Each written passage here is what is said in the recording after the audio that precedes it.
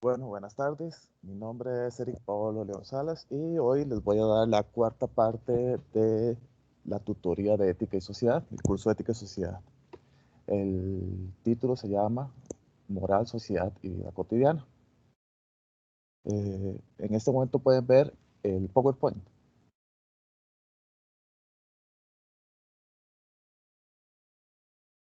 ¿Alguno me puede contestar? A ver.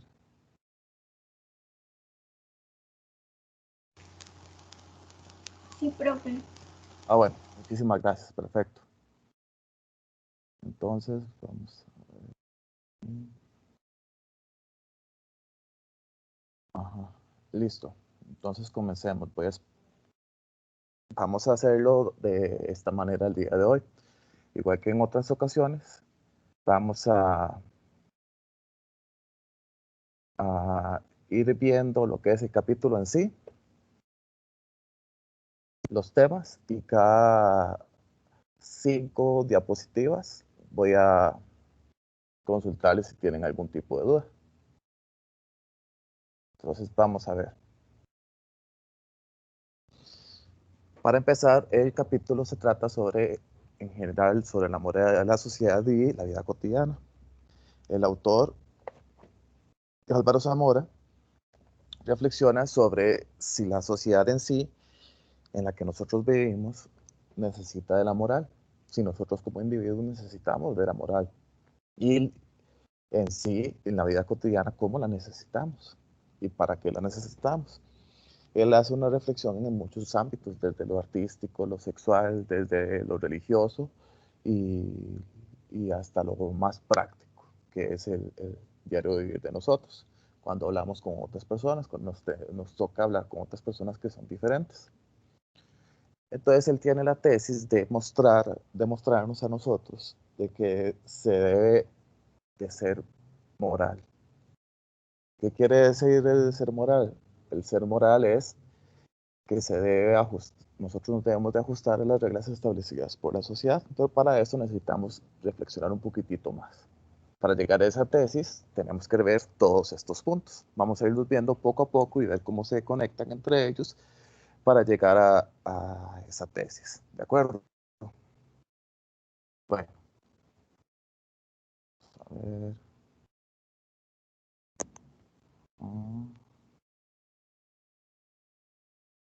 Entonces empecemos. La primera pregunta que se realiza, el primer subtítulo es, ¿se debe ser moral? Cuando se habla se debe ser moral o no, eso lo vemos en la vida cotidiana. Nosotros tenemos una vida cotidiana. Para eso hay que conceptualizar qué es vida cotidiana. Es como el diario vivir, es cuando nosotros hablamos con otras personas, cuando nos relacionamos. Eso puede ser en el trabajo, puede ser con nuestra familia, puede ser con el novio o la novia, puede ser en un culto religioso, en una iglesia, en la escuela, en otro montón de lugares, o simplemente cuando caminamos y estamos con otras personas y nos topamos con otras personas, cuando andamos en el bus. Hay muchos ámbitos, muchas dimensiones en las cuales nosotros tenemos que relacionarnos con otras personas, ya sea de forma individual o de forma social, ya sea nosotros como individuo, como una micro sociedad, como familia o como algo más, como una comunidad. Sea como sea, nos vamos a tener que relacionar y tenemos que establecer ciertas reglas para poder convivir con ellos. Entonces, una de las condiciones que tiene la moral es la convivencia, poder convivir entre nosotros como personas, ya que tenemos relaciones interpersonales con otros, y nosotros como seres sociales. ¿De acuerdo?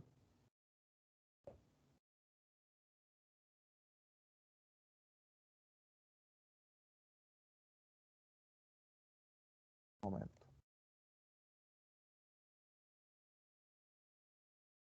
Ok.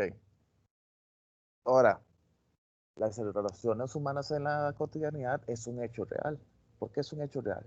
Porque nosotros, sea como sea, nos tenemos que relacionarnos si vivimos en esta sociedad, aquí en la costarricense o esta sociedad globalizada, tenemos que adaptarnos a este tipo de moral, a este tipo de reglas, porque si no nos adaptamos, mmm, vamos a ser tal vez distanciados o, como diría Aristóteles, seríamos o un ser bárbaro, como un animal, o seríamos como unos dioses, seríamos o menos o más que un ser humano.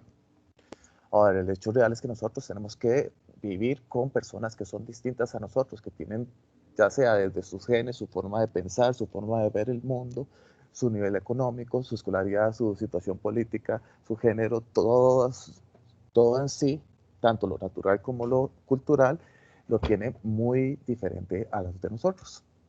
Y más si usted ve que son de otros países, tienen una posición, una forma de ver el mundo muy diferente a la de nosotros. ¿Qué es lo que pasa? Eso pasa en la cotidianidad y llega un momento dado en que nosotros llegamos a chocar con esas personas. Y cuando llegamos a chocar, yo digo es que es un choque de diferente forma de ver el mundo y diferente cultura, de diferentes morales, diferentes reglas, diferentes valores, con diferente imaginación o ideal de cómo sería el bien y el mal, y eso puede chocar con otras personas y puede generar un conflicto. Entonces hay que ver cómo hacemos para que no se genere tanto el conflicto, bueno, se va a generar conflicto siempre, pero para que se pueda solucionar. Para que se pueda solucionar de la forma más pacífica posible y no de una forma violenta en la cual se trata de eliminar al otro, a la otra persona que piensa o es diferente a mí. Ujú. Entonces, normalmente por la diversidad natural y cultural se generan diferentes problemas y necesidades humanas. Entonces, nos podemos preguntar, ¿cómo coincidir tanta gente distinta? Más en esta época de globalización en la cual nosotros nos podemos conectar y hablar con personas del otro lado del mundo, con personas de Rusia, de China, si sabemos hablar chino, o también hasta hay traductores en Internet que nos pueden ayudar o facilitar esas posibilidades de comunicación. Entonces, ¿cómo coincidir con tantas personas tan distintas que ven el mundo de otra manera? Y no solamente tienen que ser del otro lado del mundo, también puede ser que la persona que vive a la par, su vecino, piense totalmente diferente a usted. Entonces, ¿cómo coincidir y cómo podemos convivir? ¿Qué es necesario para convivir con la menor conflictividad posible? ¿Cómo evitar la guerra, la violencia? ¿Cómo evitar las masacres, el terrorismo, el,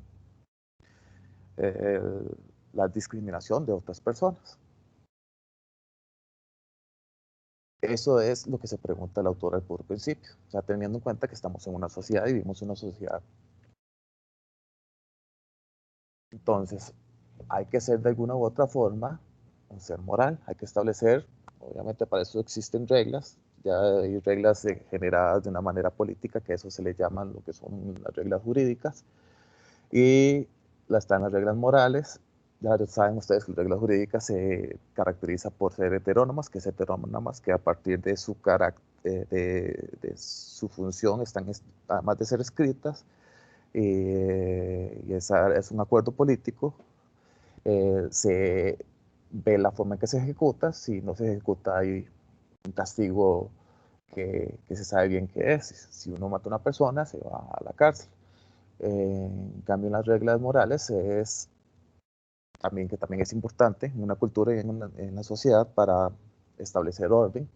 Los castigos son más ambiguos, son más difíciles de identificar. Algunos ni siquiera identifican o interiorizan lo que son sus reglas morales. Entonces, ¿qué es lo que pasa? El autor llega y dice, sí, hay moral, existe moral. ¿Por qué? Porque de alguna u otra forma nosotros cuando vemos a otras personas sabemos que debemos de comportarnos de una u otra manera. Y eso no nos lo dice una regla o una ley, nos sale en el Código Civil, nos sale en el código Penal. Hay reglas que nos dicen cómo tenemos que comportarnos, si saludamos o no saludamos, dependiendo. Hay personas que les gusta que les saluden, otras personas que mejor le hacen la cara hacia uno y no lo vuelven a ver para que no lo saluden. Entonces ya uno tiene que ir viendo cómo hacer para eh, saber cómo comportarse. Ya ahí estamos hablando del tema de la moral, que ya lo estamos interiorizando. Sabemos de que hay ciertas reglas de comportamiento. Ahora, existen esas reglas, aunque nos opongamos a ellas, aunque digamos que esas reglas no nos gustan. Para el autor sí se debe ser moral, dado que el orden, las normas, regulaciones, el consenso es cuando las comunidades y las personas se ponen de acuerdo en establecer normas de comportamiento, son elementos imprescindibles para la convivencia en la vida cotidiana, ya sea para el trabajo, placer, religión, sexualidad, entre otros. Entonces les generé esta pregunta. ¿La moral y su orden necesariamente, el autor se pregunta eso y da eso como tesis, la moral y su orden necesariamente armonizan o promueven conflicto en la sociedad o promueven armonización? Bueno, armonizan o promueven conflicto en la sociedad. Ya vamos a verlo, ya vimos lo que es la tesis del autor. El punto es siempre cuestionarnos sobre si es verdad o no, si está bien o está mal, o se puede ver desde otra perspectiva, no necesariamente si está bien o está mal. Entonces, ¿qué pasa? Hay órdenes de conductas codificadas en leyes. Normalmente generamos un código que son un conjunto de normas o leyes de conducta impuestos por una autoridad, ya eso ya lo hemos hablado.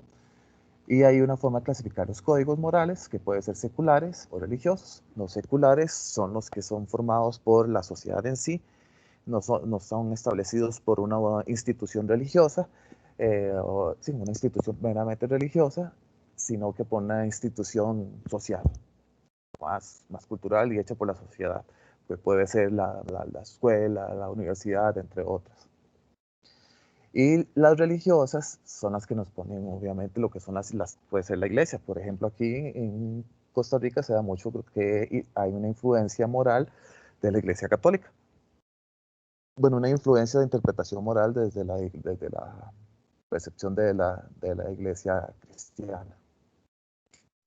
Entonces se pone el caso de Levítico. Ya estamos hablando de lo que son reglas morales religiosas, que es un libro dirigido a los levitas sacerdotes de la tribu del patriarca Levi. Esas leyes de Levítico se establecen reglas y normas sobre cómo debemos de comportarnos. Ahora, ya habíamos hablado anteriormente que hay normas que se establecen ya sea de forma explícita en la religión, por ejemplo, los 10 mandamientos, y hay normas que se establecen más de una forma de ver de cómo actúa la persona, como cuando se ve a Jesús actuando, o como cuando se habla, cuando Jesús habla, creo que era Jesús, sí, que habla de él, del buen samaritano. Entonces ya nos dice cómo comportarnos, ya nos están diciendo de una forma escrita cómo comportarnos, sino nos dicen cómo comportarnos de una forma nos están dando el ejemplo. Recordemos que cuando entramos con el tema de la moral, también tenemos de alguna u otra forma relacionarlo estrechamente con la educación, ya sea una educación formal o informal. Tenemos que relacionarlo con la educación, porque sin educación no se enseñaría lo que son las normas morales de forma explícita o implícita, o por medio de ejemplo, sí, por medio de dar ejemplos para seguir, o de hábito, de enseñar por hábito. Entonces, hay un tema que viene aquí a la par, que es el tema de educación, de ir enseñando lo que son esas normas. Ahora, el autor empieza a hablar sobre lo que es las etnias, segregación y moral. Cuando hablamos de etnias, son diferentes grupos sociales que tienen sus costumbres. ¿Qué es lo que pasa? Se llega a dar lo que es segregación. Y otra cosa es la moral. Cuando hablamos de segregación es que estamos apartando. Estamos desechando, eliminando o apartando. Y cuando hablamos de moral, ya ahí el autor trata de decir que estamos integrando. Entonces, la conducta moralmente orientada hace posible la convivencia, la segregación, ¿no? La conducta inmoral, en cambio, entorpece, imposibilita la convivencia. Ya ahí es donde entramos con el tema de segregación. Están los pseudovalores que se basan en mitos, prejuicios, ilusiones, llevan a ciertos grupos a suponer que otros son inferiores debido a rasgos como color de piel, ascendencia nacional, religión, género, condición económica, entre otros. Están los valores que buscan lo que es integrar a las personas y están los pseudovalores que se basan en esos mitos y prejuicios, estereotipos, entre otros, que lo que hacen, según el autor, es separar. Entonces, separamos ya sea por alguna, como vemos ahí, el color de piel, alguna cuestión natural o una cuestión cultural, como tiene que ver la religión, el género, entre otros, la condición socioeconómica, la clase social. Ahora, ¿qué es lo que pasa? Existen bajo este tema, existen diferentes mecanismos ideológicos. La ideología es la que haría de que nosotros hagamos deshumanización o subhumanización. La moral, en cambio, trataría a todos como seres humanos. Esos mecanismos ideológicos, que sería parte de la moral, lo que trata de poner son pseudomorales, pongámoslo así, y harían ver a la otra persona como menos, o no como una persona, sino como un bárbaro, como alguien que no hay que seguir. Entonces, por medio de la ideología se dan intentos de racionalizar o justificar prácticas segregacionistas.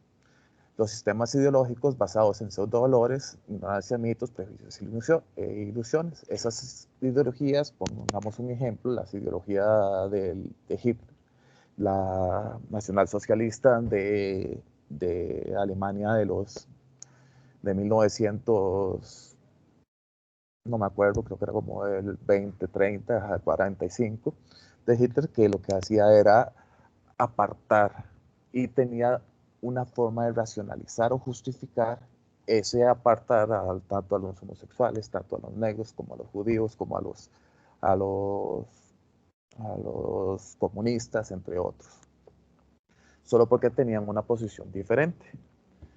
Y ellos lo racionalizaban, pero lo racionaban desde su ideología. ¿Qué es lo que pasa con la ideología? La ideología es como ponerse un tipo de anteojos con un tipo de colores que nos hacen ver el mundo de una forma. Y creemos que esa forma es verdadera. Damos por supuesto que eso es real, que eso es verdadero. Y no lo reflexionamos.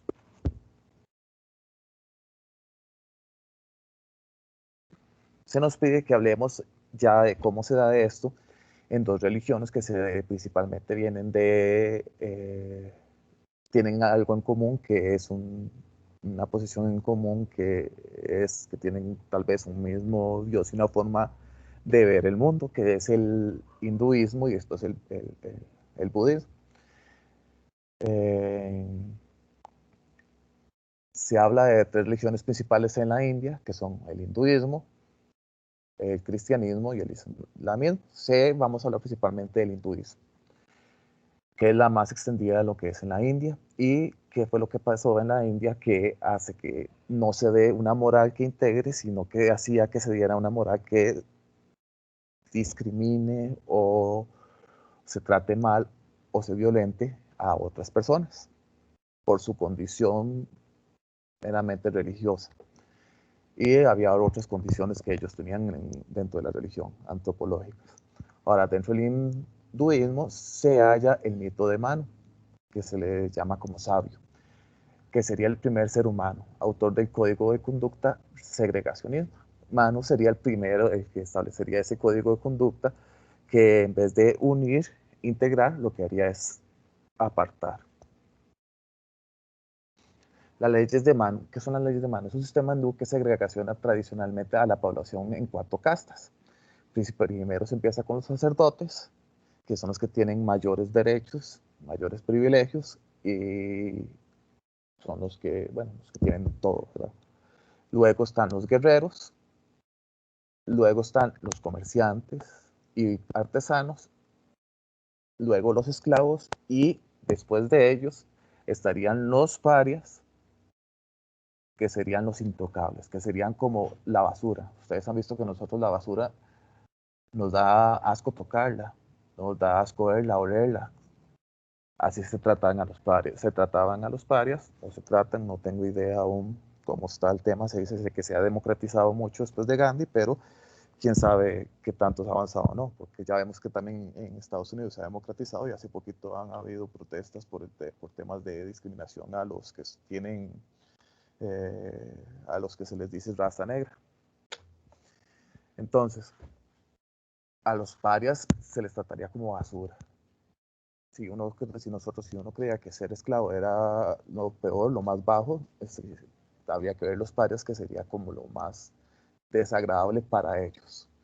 Y habría que apartarlos. Volverlos a ver a los parias sería para ellos una forma de deshonor, como un desagrado, como un tipo hasta de pecado. Por algo se les pone como los intocables. ¿Qué es lo que pasa? Este tipo de posición religiosa lo que está haciendo está segregacionando, está apartando a los tipos de personas, estos 5 tipos, bueno, 5, casi 6 tipos, y cada uno de ellos tiene sus derechos, tanto como sus deberes. Ya sean sus derechos, que tienen derecho a algún privilegio, o deberes, se tienen que comportar de alguna u otra manera. Ya para profundizar de eso, ustedes pueden buscar en internet. ¿Qué es lo que pasa? Se nos pide también hablar de Gandhi. Gandhi llega y trata de solucionar eso, que contribuyó a mejorar la situación social que vivían en la India, principalmente con la predicación de la no violencia hasta cuando sea necesario, la desobediencia civil, pero desobediencia civil no es lo mismo que generar violencia, no es tirar botellazos, no es generar una guerra, sino simplemente desobedecer al policía o desobedecer al político, a los sacerdotes o a los guerreros o a algún comerciante, o simplemente sería desobedecer, pero de una forma no violenta. ¿Qué es lo que generó Mahatma Gandhi? La independencia principalmente de India y luego Pakistán, que serían los de los musulmanes, Pakistán principalmente, y de India, que sería el de los principalmente de los hindús, de lo que es la colonia británica, y a la vez logra integrar a las castas más bajas a una tal vez más sana convivencia, no segregacional, con lo que serían los sacerdotes, los guerreros y los comerciantes. Entonces, tantos a los usuarios como los esclavos de algunos de estos comerciantes y artesanos, o los estos mismos, se integrarían ya de una forma tal vez más democrática. Ok, por ahorita voy a terminar con un ejemplo. No, sí, ya aquí con esto terminamos. No, sí. Por ahorita, ¿dudas con lo que hemos visto? No, por el momento está bien.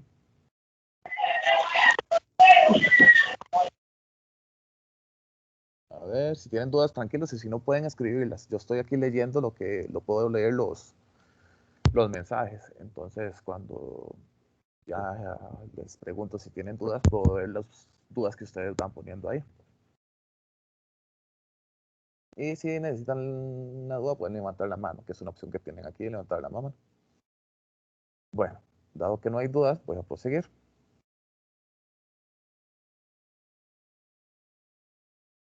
Ahora, anterior a la influencia de los derechos humanos sobre el sistema segregacionista de castas, el budismo había avanzado en una transformación en esa ética hindú. Se habla de que el budismo tal vez avanzó en una internacionalización del tema de derechos.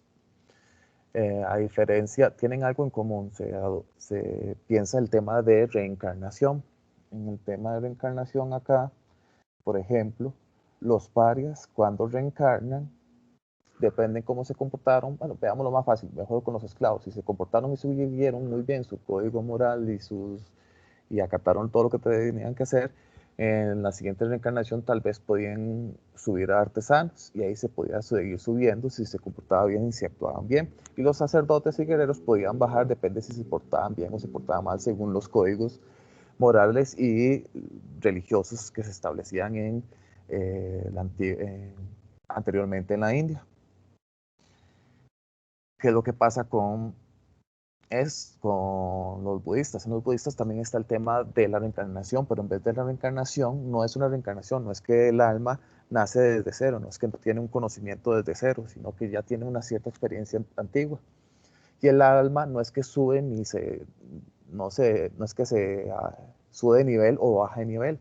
No es que un día, como se dice popularmente, vamos a hacer un grillo y cuando morimos, y si nos portamos bien como grillo, vamos a ser unos sacerdotes.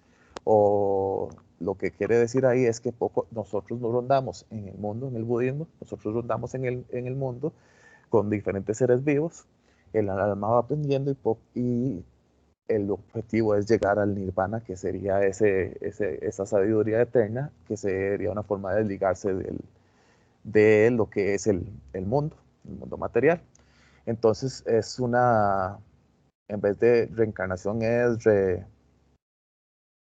ya se me olvidó el nombre, como es que se le decía. Es renacimiento, disculpen, y ahora sí, es el renacimiento, está volviendo a nacer, pero ya con cierto conocimiento o experiencia atrás. Ahora, ¿qué preceptos morales promueven el budismo? A diferencia de que segregaba como el hinduismo, trata de promover esto, que es no estas leyes, no matar ni dañar a ningún ser vivo. ¿Por qué? Porque en vez de ver a otros seres vivos como menos, o a humanos, hacerlos pseudohumanos o infrahumanos, que sería menos o algo que nosotros lo vemos como que podemos utilizarlos, nos enseña a no dañar ningún ser vivo. ¿Por qué? ¿Por qué? Porque cualquier otro ser vivo podemos ser nosotros, puede ser otra persona o podemos ser nosotros mismos en algún momento. No robar ni tomar lo que no nos corresponde, no practicar la sexualidad irresponsablemente, no mentir ni hablar inapropiadamente y no consumir alcohol ni drogas que disminuyan la claridad de la conciencia. Si nosotros tenemos en cuenta estas reglas se ven de una forma negativa porque establece el no hacer en vez de decir el qué hacer, que sería lo positivo. Nos dice el no hacer es la parte del deber, pero la parte que nos dice la forma negativa del deber. Y podemos ver de que este tipo de reglas son muy parecidas a muchas otras, hasta a las mismas de la Biblia. Pongamos un ejemplo, el tema de no practicar sexualidad irresponsable lo podemos ver en la Biblia. El de no matar ni dañar a otras personas lo vemos en la Biblia, entre otras. Son ciertos preceptos morales que en vez de separar, tratan de integrar a los otros al mundo. Tratan de integrar, no trata de verlos como menos, sino que trata de integrarlos y verlos como un igual. Y este último, no consumir alcohol ni drogas, vamos a ver un tema sobre el conocimiento y sobre la conciencia más adelante. No tanto de hablar de alcohol ni drogas, sino del conocimiento y de ser consciente. También sobre el tema de no mentir, que nos ayudaría mucho. Bueno, ahora, ¿cuál es la motivación real que tiene la segregación? Lo que es la segregación o el apartar, discriminar. La segregación no se basa en razones. Como ya vimos anteriormente, se basa en mitos y prejuicios. No defiende valores morales, sino pretensiones de dominio, adquirir o tener poder y dominar grupos sociales. Es una cuestión más política. ¿Qué es lo que trata de hacer? Discriminar, deshumanizar a la otra persona que piensa diferente o que es diferente y de verla como una persona inmoral, como algo que nosotros deberíamos de eliminar o deberíamos de apartar, que no debería estar con nosotros. Ahora, ¿qué es lo que pasa? La segregación lo vemos moralmente, el autor lo ve como malo y lo deberíamos de ver como malo. Pero, ¿cómo funciona para bien? Si lo vimos, como vimos anteriormente a Maquiavelo, para Maquiavelo sería una forma muy buena para generar política. Es una forma muy buena, no, más bien efectiva para generar política. Como dicen por ahí, divide y vencerás. Como hicieron por aquí en las elecciones pasadas, que lo que hicieron fue dividir y quedaron ganando ciertos candidatos. Segregaron a lo que es una Costa Rica unida y aprovecharon la política para poder promover a ciertos candidatos y promover ciertas políticas económicas, educativas, sociales y demás. Que en vez, tal vez, de ayudarnos, tal vez ayudan a discriminar igualmente. Eso habría que ver qué pasa ahorita en la historia. Bueno, ¿alguna duda por ahorita? Porque terminamos con este tema, ya viendo el tema del budismo que integra y el hinduismo que trató de desintegrar, bueno, que desintegró y que hizo clases sociales. Voy a ver si tienen dudas en esto.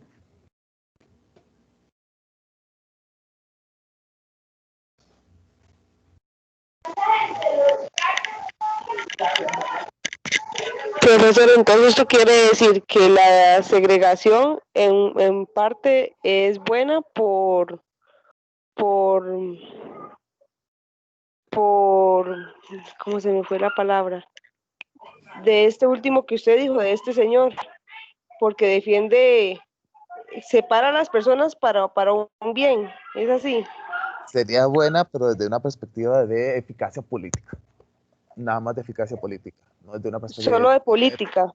sobre política, no desde una perspectiva ética, porque desde una perspectiva ética buscaría Éticamente no.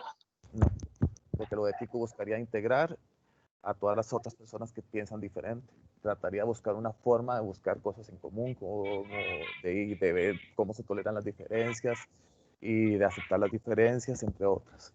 En cambio, lo político sí se generan cosas como para separar y dividir. Y de hecho, si se ve en el libro El Príncipe de Maquiavelo, lo que promueve es diferentes formas políticas que tal vez tiene no valores morales, sino que son antivalores, que los ve como buenos, pero para un político, para que un político tenga el poder para dominar, no para hacer el bien, sino para dominar, para tener Para el poder. sacar ganancia, por decirlo así, profesor, Uy, para sacarle ganancia prefiere dividir a las personas para así, si es mayoría lo que opinan, va a ganar esa persona.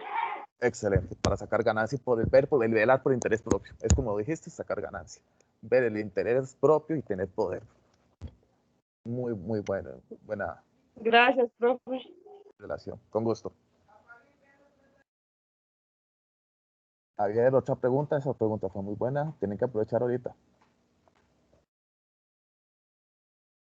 Bueno, parece que no. Sigamos.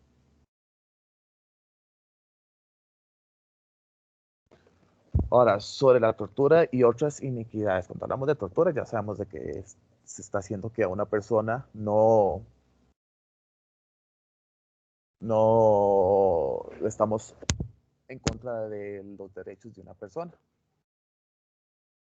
Y cuando se habla de iniquidades, estamos hablando de que no estamos viendo bien como iguales a otras personas.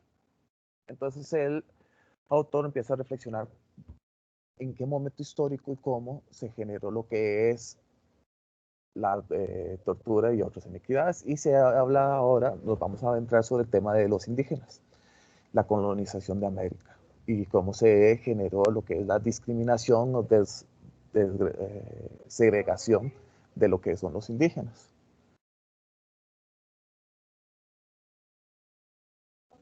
Dame un momentito, permiso.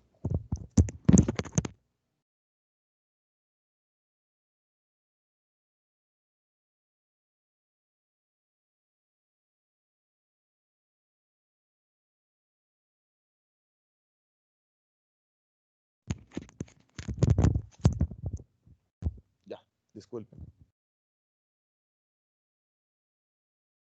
Bueno, entonces se habla sobre lo que le pasó a lo que fueron los indígenas, lo que pasó en la colonización. Al puro principio, Juan Inés de Sepúlveda justificó el derecho de unos pueblos a someter a otros por su civilización. Se creía de que los pueblos, los españoles, los ingleses, bueno, principalmente los europeos, europeos occidentales, eran, estaban civilizados. Se creía que principalmente porque se reunían en sociedades, porque tenían una fe en un Dios, aunque sí, que tenían una fe en un solo Dios, no había politeísmo, de que el ser humano podía razonar y que tenían cultura, que tenían sí, cultura. Se pensaba que en ese tiempo esas son 4 condiciones que se necesitaban para que cierta civilización sea ser humano. Al puro principio se empezó a tratar a los indios que no tenían una fe propia, el cristianismo, seguían en el politeísmo, y además de eso, no razonaban lo suficiente. No tenían la razón de llegar a hacer lo que tenía Europa en ese tiempo, que había logrado en la antigua Grecia, en Roma y tal vez un poco en lo que es la Edad Media. Entonces, lo que hicieron ellos fue dominar a lo que es los indígenas. Ya esa historia de la colonización la sabemos mucho. De hecho, ya no se celebra lo que es el Día de las Razas, sino que se cambió el tema a una forma de integrar. Entonces, ¿qué es lo que pasa? Eso lo promovió Juan Inés de Sepúlveda. Se llegó y se dijo, no, ellos no son humanos. Ellos son como casi humanos, pero no son humanos. Y como son casi humanos, los podemos conquistar. Son como si fueran un perro o un gato, como si fueran una mata. Son menos que nosotros, y como son menos como nosotros, o no tienen una característica igual que todos nosotros podemos conquistar ese mundo. Podemos conquistarlos a ellas y utilizarlos. Entonces,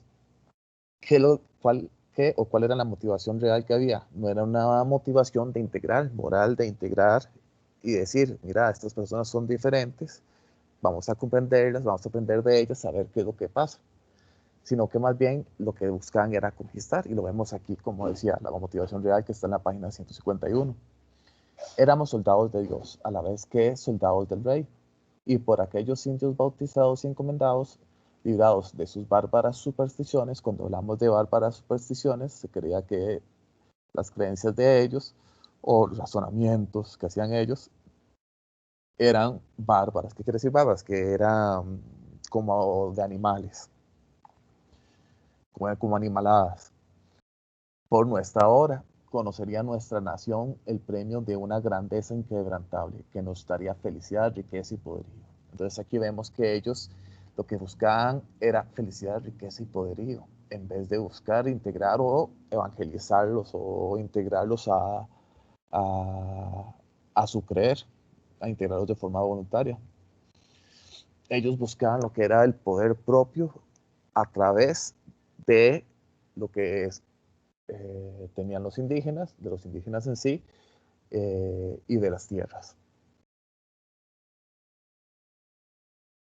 ¿Qué pasa después? Después vemos a lo que es Bartolomé de las Casas y el reconocimiento del indígena como un humano. Vemos como tal vez se ve el primer defensor de lo que fueron los indígenas. Los indígenas, que significa pobladores originarios, aunque no compartan la fe cristiana, Bartolomé de las Casas creía que eran seres humanos, criaturas de Dios. ¿Por qué? ¿Bajo qué razonamiento hace eso? Él llega y ve que la tradición, bueno, bajo la tradición legal que tenían en la Edad Media, heredada de la Edad Media, del derecho de la Edad Media, se hablaba de un derecho natural. Y ellos tenían algo que tenemos todos nosotros, los seres humanos, y es la capacidad de razonar. Él llegó y viajó lo que fue principalmente a Jamaica, a Haití, creo que, y a esas islas, y después, bueno, también viajó por Centroamérica y Suramérica, entre otros países, que en ese tiempo no eran países, y reconoció que los indígenas, hizo un reconocimiento y reconoció que los indígenas tenían esa capacidad de razonar y también una capacidad de conocer o de una fe, de, de, de establecer un tipo de religión, tal vez que hasta pueda adaptarse o conjugarse con lo que es el cristianismo. Entonces llega y dice que ellos utilizan la razón, al igual que los griegos y romanos, que fueron los, los antepasados de lo que vemos ahora, de lo que son lo que es la España en ese tiempo, Inglaterra en ese tiempo, Holanda, Francia, entre otros países. Entonces ahí, bajo esa premisa y que pueden razonar y que pueden adquirir una noción de creencia en un ser superior, se puede ver al indígena como un ser humano y no como algo que se puede utilizar como un recipiente o como un perro, un gato, algo así. Pero, bueno, y dado esa política, se generan lo que son políticas nuevas en, la, en España y obviamente ya los indígenas pasan de ser esclavos a ser humanos. Pero obviamente viene una contrarreforma después porque hay muchos intereses que se ven sometidos o que se ven, eh, bueno, que se ven, se me olvidó, bueno, sí, sometidos o se ven peligrosos por ese tipo de políticas que tratan de integrar, como, como el de las casas. Entonces, en el siglo XVI se creó una nueva modalidad de utilización forzosa de mano de obra indígena por parte de los españoles, que se le llama repartimiento de indios. ¿Qué trata? Es una mano de obra indígena en provecho de españoles, a cambio de una ínfima remuneración. Era obligatoria de manera periódica, 8 días por mes, y concluido el periodo podían trabajar en lo suyo, pero aún cuando trabajaban en lo suyo debían pagar tributo a la corona y a los encomendados. ¿Qué es lo que pasa ahí? Ya dejaron de ser esclavos y trabajar para los españoles, pero trabajar obligatoriamente siempre para los españoles, estar sometidos, pero se les obliga ahora a trabajar 8 días al mes con un tributo o con un salario muy mínimo, tal vez en ese tiempo, o muy bajo, y ya cuando cumplían eso, los españoles venían otro grupo de indígenas a donde los españoles a trabajar, y estos ya podían trabajar en lo suyo, pero estos indígenas, grupo de indígenas que trabajaron ya para los españoles, tenían que trabajar, y ¿para qué? Para sobrevivir ellos, obviamente, y a la vez, bueno, para sobrevivir ellos, producir y sobrevivir ellos, y a la vez con esto pagarle a lo que es a lo que es la corona o a otros mismos españoles o encargados en ese tiempo. Entonces se basaba en tres principios: la coerción, que quiere decir de que están obligando a hacer algo los indígenas, no quiere, le están obligando a hacer algo aunque ellos no quieran; la rotación semanal; y la remuneración forzosa, en conformidad a la tarifa establecida por las autoridades. Entonces ahí vemos donde se empieza a generar lo que es otro tipo de semi-esclavismo o semi-forma de trabajar. Luego, sobre la tortura y otras iniquidades, seguimos. Se habla de Florencio del Castillo, un costarricense, de 1778 a 1834. En su calidad de presidente de las Cortes de Cádiz, defendió a los indígenas, propugnó la abolición de los repartimientos, trabajo semiforzado de indios entre los colonizadores, y condenó los abusos contra ellos. Él llegó con algunas reflexiones de otros filósofos, llegó y dijo: no, eso es injusto, se está dando una cuestión no solamente antropológica y social justa con los indígenas, sino entonces hay que acabar con eso. Bueno, dudas con respecto a esto. Aquí vemos cómo con los indígenas se empieza a ver que en América también se han dado esos temas, no solo en la India, sino también en América, se dan temas de iniquidad o desigualdad entre lo que es los humanos, y se empieza a dar lo que es segregación o apartar a otras personas o verlas como menos en vez de integrar. Y eso se dio en el encuentro de culturas. Bueno, ¿alguna duda por ahorita?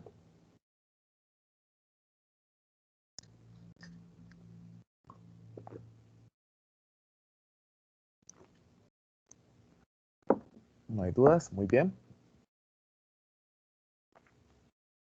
O muy mal, pero bueno, ahí vamos.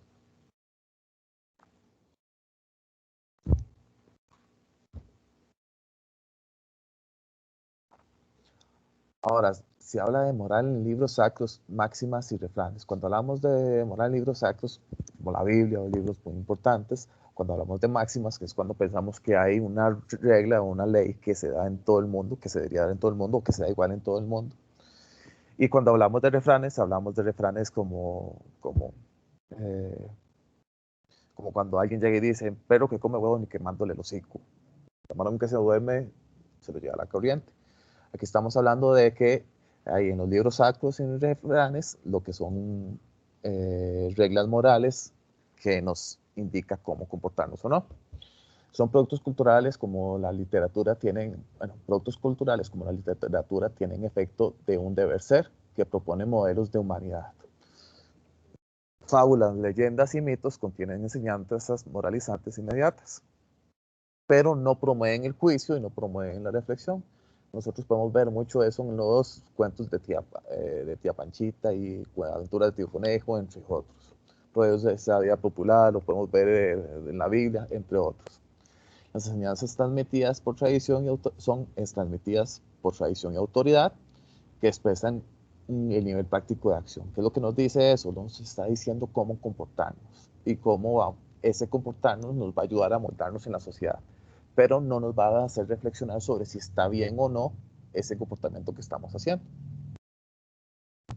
Simplemente nos está moldando a una forma de ver el mundo, a una forma de comportarse. Ahora, ejemplos. Podemos ver una cuestión, ya habíamos separado en lo que son tipos de normas religiosas y seculares. Entre las religiosas podemos ver la Biblia, se adapta o es reflejo de ideales de diferentes pueblos. Ya vemos que hasta se puede adaptar o combinar con una posición budista en ciertas reglas. Y en eso que hay, se pueden ver desde ejemplos como el buen samaritano, la mujer adúltera, las parábolas de Jesús en general, o comportamientos de otras personas que nos dice qué es el buen proceder, que nos dice cómo está el buen comportamiento, pero ya eso es a través de una norma, de normas religiosas. Ahora, cuando hablamos de normas, lo que son seculares, podemos ver refranes y dichos populares que prescriben conductas prudentes. Entonces aquí puse 2 ejemplos. El flojo y el mezquino recorren 2 veces el camino. Eso me lo decía mi madre. Yo nunca lo entendía hasta después, que es básicamente que la persona que no tiene ganas de trabajar y que no pone suficientes ganas o suficiente dinero o suficiente energía, tiene que hacer 2 veces la misma cosa. Y siempre que yo, por flojo, me pasaba algo, siempre me decía lo mismo. Nunca lo entendí hasta hace poquito, fue que leí este libro que lo empecé a comprender. Entonces ya mi madre me decía que una persona tiene que ser activa, tiene que trabajar, tiene que ponerle, no quedarse quieta ni ser un flojo. Entonces aquí ponemos un ejemplo. Mira, el flojo y el mezquino recorren 2 veces el camino. La persona que no lee, que no estudia, ¿qué es lo que dirían? A veces tiene que repetir el curso. Y otro es árbol que nace torcido jamás se endereza. Es otro concepto que se da en el diario vivir, en la sociedad, y que nos dice algo que es bueno y que es malo. Aquí dice es árbol que nace torcido jamás se endereza. ¿Qué quiere decir? Si alguien nació malo, va a ser malo para siempre. O si alguien nació de esa forma, si alguien nació infiel, va a ser infiel para siempre. Si alguien nació alcohólico, va a ser alcohólico para siempre. Y ya son esos refranes, dichos populares, que nos dicen una forma de comportarnos, que nos tratan de enderezar, como dice acá, o de amoldar a una forma de ver el mundo, que expresa sus normas. Aún no necesariamente esas normas tienen que ser morales. Algunas normas sí pueden ser morales, algunas otras normas no serían morales, que son las que segregan o discriminan. Cuando hablamos de letras para vivir, y ahora sí estamos entrando sobre el tema de libros. El autor hace una relación entre el arte y la moral, la estética y la ética. Cuando hablamos de arte y moral, la estética es una disciplina que estudia lo que es el arte, sobre el gusto y demás, y la ética estudiaría el bien y el mal, por ejemplo, la moral. Estos son modelos de vida impuestos por valor propio, ya sea cuando si yo llego y digo, mira, yo voy a leerme Don Quijote porque quiero, no porque alguien me está obligando, no porque me está obligando el Ministerio de Educación Pública, o por los más media, que quiere decir como los héroes farandureros. Entonces ahí nos dicen qué es el bien y qué es el mal, qué es lo bonito, qué es lo feo, entre otros. Ciertas obras literarias se consiguen como instrumentos de propaganda y adoctrinamiento. Se pone, por ejemplo, el Malleus Maleficarum, que quiere decir el martillo de las maléficas, que fue escrito por Heinrich Kramer, un alemán, en 1846, que es una recopilación de creencias para la persecución de brujas. Es una recopilación de creencias de populares que se dio desde mucho tiempo atrás, en la cual decía que es la diferencia entre una bruja y no una bruja, o entre brujería y no, cómo se le debería de tratar a esa persona y cómo se le debería de enjuiciar y cómo saber encontrar la verdad. ¿Qué es lo que pasa con eso? Ese tipo de libro nos está sometiendo, nos está diciendo, nos decía 2 cosas. Primero, cómo enjuiciar a una persona que la estamos tratando como menos. Y algo que se da mucho es la forma, un ejemplo en el tema esto lo busqué en internet y me llamó mucho la atención, voy a leerlo, decía, la forma femenina del sustantivo, y los escritores declaran incorrectamente que la palabra fémina, mujer, es una derivación de feminus, que quiere decir sin fe o infiel y desleal. Vean cómo asimismo en esa palabra está haciendo ver a la mujer como si fuera infiel, como si fuera siempre infiel, como que no debemos de comprenderla en ellas. ¿Qué es lo que está haciendo? Está haciéndonos una forma de ver a la mujer muy ideologizada hacia el tema tal vez patriarcal o machista que tanto nosotros conocemos. Como cuando en la actualidad llega y dicen, mira, es que todos los hombres son unos perros, es que todas las mujeres son unas perras, por tal y tal cosa. Lo mismo se estaba dando en ese tiempo. Y por medio de esos escritos, que lo leía la gente, de una vez estaba enseñando a esa persona a esos juicios o prejuicios. ¿De acuerdo? Entonces, se enjuicia y se sentencia. Ahora, ¿cómo se enjuicia y se sentencia? Se genera tortura, o me acuerdo que se decía, me daban un ejemplo, un curso llamado de Historia del Derecho, de que a las brujas se les, la sentencia era esta. Llegaba y se les amarraba los pies y las manos de una roca, se les tiraba en un río, y si lograban salir, quiere decir de que no era bruja, y si no lograban salir, quiere decir de que era bruja. Y básicamente no tenían por dónde. Si lograban salir por mucha suerte, por X o Y razón, o porque se hizo trampa ahí, básicamente se salvaba. Y Dios dijo, no. Mira, Dios decía, no, esa muchacha no es una bruja. Pero sea como sea, estaba contra la espada y la pared. Ahora, ¿se da esto en la actualidad? ¿Cómo se dará? ¿Se dará en los medios de comunicación? ¿Será que los medios de comunicación nos dice, por ejemplo, que alguien es bueno o malo de una sola vez en sus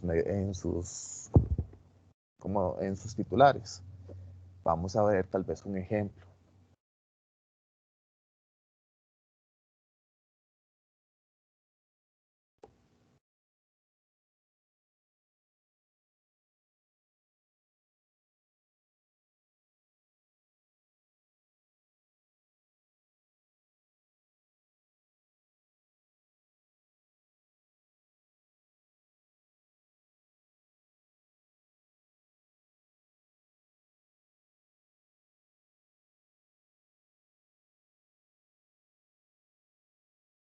Bueno, no pude encontrar un encuentro ahora y el que tenía se me había cerrado, pero vamos a seguir. Pongamos un ejemplo ahora. Si ustedes ven en La Nación constantemente pasan atacando lo que es el empleado público, principalmente a los profesores o a algunos otros empleados públicos. Se les dice que son burócratas que no sirven y que se está ganando mucho. Se les está tratando de una vez de una forma mala sin tomar en cuenta o ver qué es lo que está pasando con ellos. Eso también lo podemos ver con otros noticieros. De una vez a la persona se le está tomando como mal. Hace poquito a una persona ahí en Cartago, un jugador de fútbol, se le enjuiciaba como en muchos medios de comunicación y muchos políticos lo enjuiciaban como una persona que anduvo con una menor de edad y se le decía hasta que era violador de una sola vez. Se emitía un juicio de una sola vez. Y a esa persona, hasta hace poquito me voy dando cuenta de que no se le pudo comprobar al final nada y que salió libre. Entonces a esa persona se le estaba diciendo de que era un violador, de que andaba con menores de edad, entre otras, sin saber, y ya se le estaba tomando como una persona mala, sin que esa persona se defendiera. Eso sucedió ahí en Cartago, ¿verdad? Principalmente. Hasta muchos cartagos llegaron y lo tomaron en contra de ese jugador de fútbol. Bueno, sigamos. ¿Qué es lo que pasa? A veces nosotros nos dejamos llevar por lo que dicen los medios de comunicación, cualquier noticiero de Costa Rica o del mundo, muy conocidos, CNN, ¿verdad? Y nos dicen que, en ejemplo, que algo es bueno o malo de una sola vez sin reflexionar bien sobre eso. O tal vez hasta películas. Las películas también nos dicen quién es el bueno y quién es el malo. Anteriormente las películas de Estados Unidos siempre decían, mira, en este momento Rocky está peleando contra los rusos son los malos, los de la Unión Soviética son los malos. El mismo actor está peleando en Rambo, está peleando contra contra los rusos y contra contra los rusos en varios lugares de Asia, entre otros. Ya se nos está diciendo que el comunismo es lo mismo que malo, cuando no necesariamente. Habría que reflexionar bien a ver qué es lo que se estaba dando o no se estaba dando. Bueno, seguimos. Tradiciones, educación moral, escritos sacros. Las religiones, bueno, cuando hablamos de escritos sacros, ya estamos hablando de temas de religión. Se nos pide que veamos que se fundan las religiones, tiene 4 pilares, que, bueno, el autor habla de que las religiones normalmente se fundan en 4 pilares, que son los textos de revelación divina, por ejemplo, la Biblia, deontologías, que son instrucciones o normas, exigencias de origen divino para los fieles, que nos dicen cómo comportarnos, doctrinas que completan y dan coherencia sistémica a los elementos anteriores. Cuando hay un tema de incoherencia, que si usted llega y dice, mira, es que aquí la Biblia se contradice aquí Dios se contradijo, llegó y le dijo era un Dios más, por ejemplo, en el Antiguo Testamento se decía que era un Dios que no parecía mucho y que era un Dios tal vez que mataba mucho a los humanos, y después sale un hijo que viene promulgando lo que es la paz, el amor, el no prejuzgar a las otras personas, en vez de juzgar, conocerlas, aprender e integrarlas. Entonces ese tipo de contradicciones, lo que buscaría la teología, tratar de llegar y decir, mira, ¿por qué se dio? ¿Qué contexto histórico había? ¿Qué contexto trascendental o teológico hay ahí para poder ver que esas dos posiciones o sucesos no se contradicen? Luego, ritos, ceremonias, costumbres preservadas como tradición obligatoria, y ya hablamos de sacramentos, de Eucaristía, de matrimonios, entre otros. ¿De acuerdo? 15 años, hay otro montón de ceremonias o costumbres. Ya teniendo en cuenta eso, se nos pide que se hable del papel del Torah y el Talmud, el papel de los textos religiosos en la educación moral. El Torah y el Talmud son principalmente libros religiosos que delimitan lo que es el bien y el mal para el hombre, y estableciendo principalmente en los antiguos, en los israelitas, en los judíos principalmente. Se les conoce como Pentateuco en la Biblia cristiana, y eso delimita cómo es el buen o mal comportamiento de un ser humano, de cómo debemos de comportarnos, qué es el bien y qué es el mal.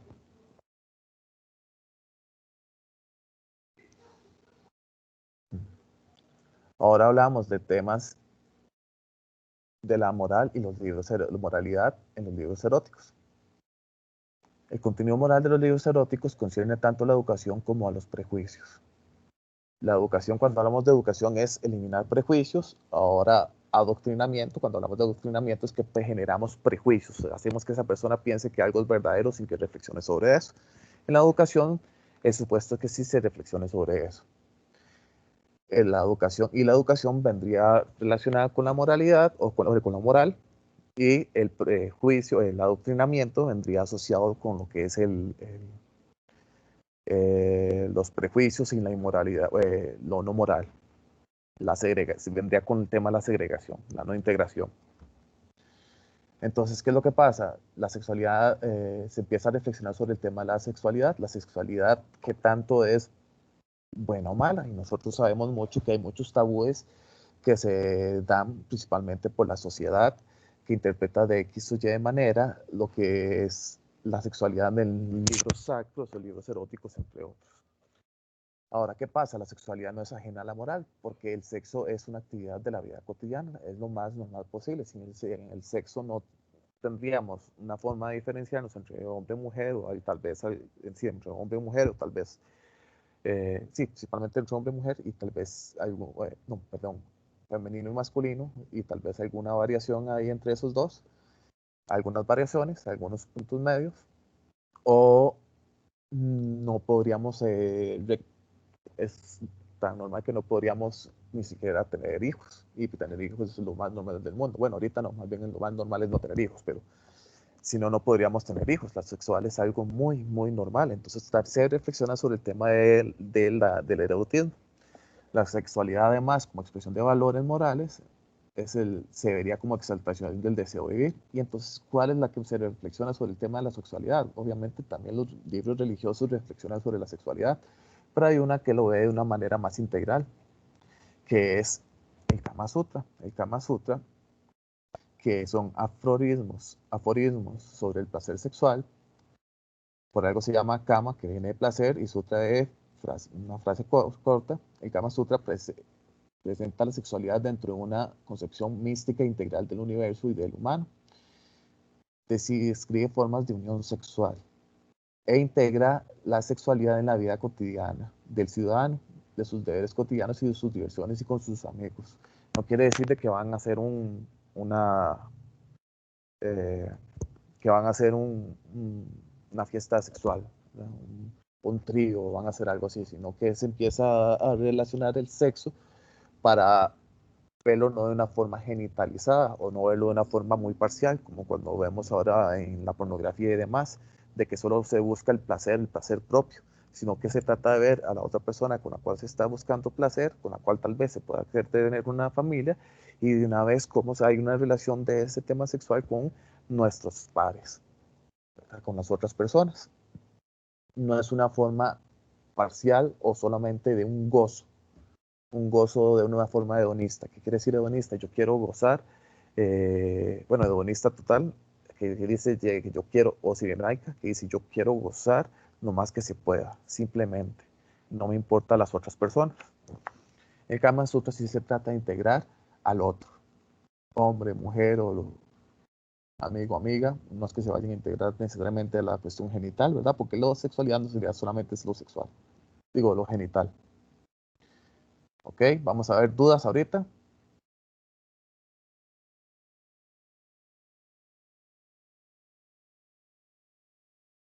Aprovechemos para dudas, ahorita que voy a tomar un sorbito.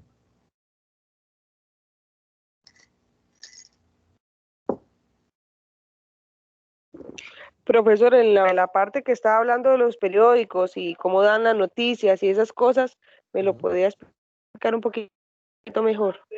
Claro, con gusto.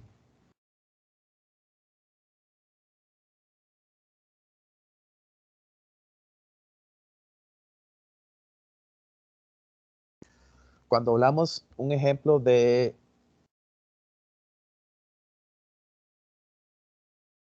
ahí se estaba hablando sobre el tema de este libro de las brujas, de cómo la literatura nos puede ir implantando, nos puede ir educando sobre algún tipo de comportamiento, nos puede ir amoldando sobre un comportamiento, lo que es bueno o malo.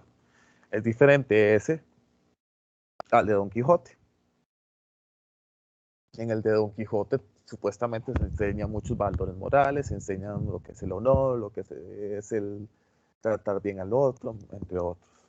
Y supuestamente en ese libro, más bien lo que hace es segregar, en vez de integrar, lo que hace es segregar, eliminar principalmente a las brujas, a lo que hacían las brujas. Popularmente se conocen las mujeres que tenían mucho conocimiento. Y a eso se les trataba teóricamente, bueno, hipotéticamente como brujas. Y entonces, ¿qué es lo que pasa? Ya en el libro venían ya venía cierto escrito que de alguna u otra forma malintencionada se identificaba a la mujer en este momento en sí como algo malo, como menor. La mujer siempre ha sido como vista como la mala, como la que no debemos de seguir, como la que da malos ejemplos, como la que tenta al hombre a hacer cosas malas. Y eso lo vimos aquí en el tema de, más arribita, aquí con el martillo de las maléficas. Y esta que les enseñé yo acá. ¿Qué es lo que pasa? Cuando yo les dije, ¿se dará o no se dará en la actualidad? ¿Será que existen algunos periódicos o algunos medios de comunicación, algunas películas o cualquier tipo de obra artística que nos está educando, nos está moldando, ¿verdad? Una cosa es educar, o educar es reflexionar sobre la moral, sobre el integrar, o nos está adoctrinando con respecto a segregar o a integrar. Entonces pongamos eh, vamos a ver. Profesor, porque ahí lo que decía, lo de la mujer, el significado de mujer, cómo todavía aún usamos ese término femenino, sabiendo que, como usted lo puso ahí, que decía que es infiel, cómo aún todavía lo seguimos utilizando sabiendo ese significado. Sí, de hecho, el diario, Eso se da, ahorita usted no va a ver en casi ningún periódico que se hable mal de la mujer. Aunque si usted ve en Canal 7, que de hecho Canal 7 es uno de esos noticieros que de alguna u otra forma ya está poniendo como bueno, como malo algo, antes de ni siquiera enseñarlo, ya te está delimitando quién es bueno y quién es malo. Eso lo vimos con la reforma fiscal hace poquito, o lo vimos hace muchos años con el TLC, cuando llegaban y decían que los que iban en contra del TLC eran malos y los que iban a favor del TLC eran buenos. Los que iban en contra de la reforma fiscal eran unos vagabundos, unos profesores vagabundos, de una vez profesores vagabundos o demás, y los demás no, ¿verdad? Básicamente. Ya están delimitando con lo que están escribiendo, están diciendo, y eso lo vamos a ver adelante de una manera performativa, que algo es bueno o malo. Ahora, en esos canales el tema de la mujer ya pasó hace mucho tiempo, pero hace 100 años se ve en Canal 7, en eso que dan hace poquito vi en Canal 7, donde sale Ignacio Santos, hablando de cosas que pasaban anteriormente, cosas así que él cree que es cultura, bueno, que se cree que es cultura, ¿verdad? Cultura general, y se da una nota, un noticiero de, bueno, una parte de opinión de la mujer en la cual se hablaba del por qué la mujer no debería de votar. Eso fue hace como más de 100 años, se hablaba de por qué la mujer no debería votar, porque la mujer es menos, la mujer se deja llevar más por la pasión, por el corazón, en vez del cerebro, se daban ese tipo de opiniones o ese tipo de noticias, que ya traían una posición ideologizada, que nos está diciendo, ¿qué quiere decir ideologizada? Que no es una verdad en sí, sino que nos está mostrando una parte y tal vez no es la mejor parte de una persona o otra persona, ¿de acuerdo? Ya está tratando a esa otra persona como menos, o a ese grupo de personas como menos. Más o menos eso es lo que quería dar a entender. Lo están utilizando como para beneficio, como en este momento, como usted lo mencionó, en este momento lo que está como Para beneficio, en lo más, puede ser lo para más beneficio. es los profesores, es como están tratando a los profesores de que son vagos, como dice usted, que no quieren trabajar. En este momento lo que más se ha desatado es eso, El en los empleado medios. público, los profesores, por ejemplo, en muchos medios de comunicación, los empleados, ¿quiénes son los que atacan principalmente a los empleados públicos? Se ataca principalmente a lo que es empleado público, se dice que es una persona vaga, se dice que es una persona que no le pone ganas, que no da esa milla extra, son los que tienen que pagar más, bueno, son los que ganan mucha plata para tener la mitad. De hecho, hace poquito salió en La Nación un tema de que, un estudio en el que los empleados públicos ganaban el doble que los privados, algo así era, y a la hora de hacer las comparaciones, pues sí, tenían razón, se gana más con los empleados públicos, pero en los empleados públicos la mayoría tienen un bachillerato universitario o más, por lo cual se gana de alguna u otra forma más, estudió más y tiene mayor conocimiento sobre un tema, que ya ustedes lo pudieron ver en el tema 5 de que tiene que ver con ética profesional y las profesiones, ¿de acuerdo? Que lo vieron en Sí, y el se les tema. rebaja más garantías sociales a ellos, mientras que en los empleados privados no, a veces no tenemos ni garantías sociales. Y ahí puede ser, ¿verdad? A veces pasa eso. En los judiciales se les baja un poco más, en los profesores se les baja más por el tema de magisterio, y soy profesor. Eh, pero también hay que tener en cuenta que no todos los empleados públicos somos unas santas palomas, ¿verdad? Hay muchas personas que ganan mucha cantidad de dinero porque se aprovecharon de algún desliz o de alguna equivocación o de algún político, ¿de acuerdo? Pero por ese poquito de empleados públicos se hace general y se quiere atacar solo a los empleados públicos y que se deje la responsabilidad, que es un tema que se habla mucho, se acuerda que hablamos hace 2 semanas, no, la semana pasada, el tema de responsabilidad sobre el hueco fiscal solamente al empleado público, cuando es un tema integral que se tiene que ver no solamente el empleado público, sino también de empresas que no pagan y también de personas que no, quién puede pagar, quién no, y ese tipo de cosas, ¿verdad? Ahora, ¿qué pasa? Eso lo vemos en los medios de comunicación, lo vemos en sátiras, lo vemos en tal vez algún cómic, podemos ver, tal vez vean, bueno, dejémoslo así por ahorita, porque ahorita me estaría adelantando. ¿Alguna duda más? No, profesor, muchas gracias. Gusto. A ver, ¿alguien más? ¿No? Listo.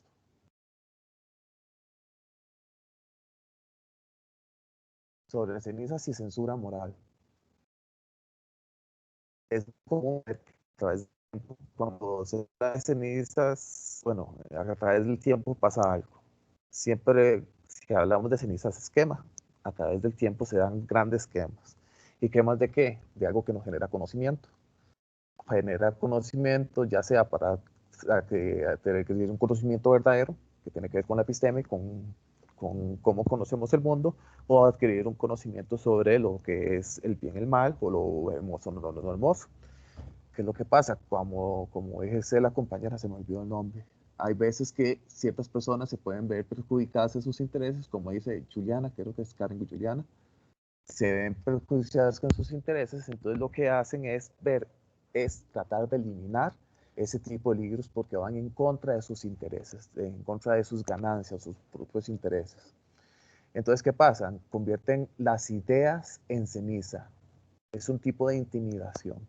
Es un tipo de forma de decirle, mira, si usted habla, lo mato, como le pasó a Galileo en, en el siglo XV después de Cristo, que el Papa, bueno, el Papa era amigo de él, pero el Vaticano llegó y le dijo que si seguía hablando que el centro del universo no era la Tierra, sino que era el Sol, que iba en contra de la doctrina católica, si se seguía hablando sobre ese tema así tan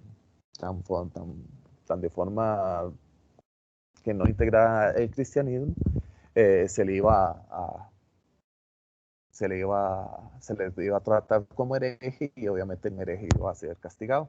Entonces, ¿qué pasa?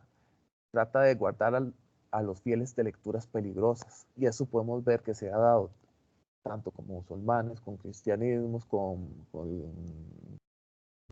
Hitler, con muchos fanáticos, principalmente fanáticos o con muchas ideologías que son bastante peligrosas, que lo que trata de hacer es, en vez de generar conocimiento para que nosotros podamos aprender más, lo que trata es de eliminar ese conocimiento para que aprendamos menos y solo veamos una parte de lo que pasó, una parte del todo.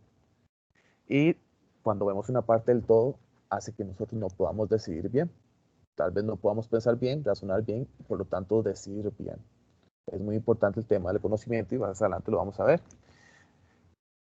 En la orientación nos pide que veamos el tema del Index Librorum que a mí se me hace un enredo el tema de latín. En el siglo XVI después de Cristo. Los libros perniciosos para la fe católica que debían de ser prohibidos. Se generaron ciertos libros, entre esos el de Galileo, ciertos de René Descartes, entre otros, un montón de libros de filósofos o científicos que iban en contra de la doctrina cristiana o la fe católica. Entonces se manejaba una lista que llega y decía, mira, esto va en contra de nuestro dogma, de nuestra forma de ver el mundo ideologizada y eso está mal y puede ir en contra de nuestro interés. Y si va en contra de nuestro interés o de nuestra forma de dominar el mundo, pues nos pueden quitar el poder. Si nos quitan el poder, ya no vamos a tener privilegios, ya no vamos a tener dinero, ya no vamos a tener ese tipo de cosas, decían ellos. Ajá.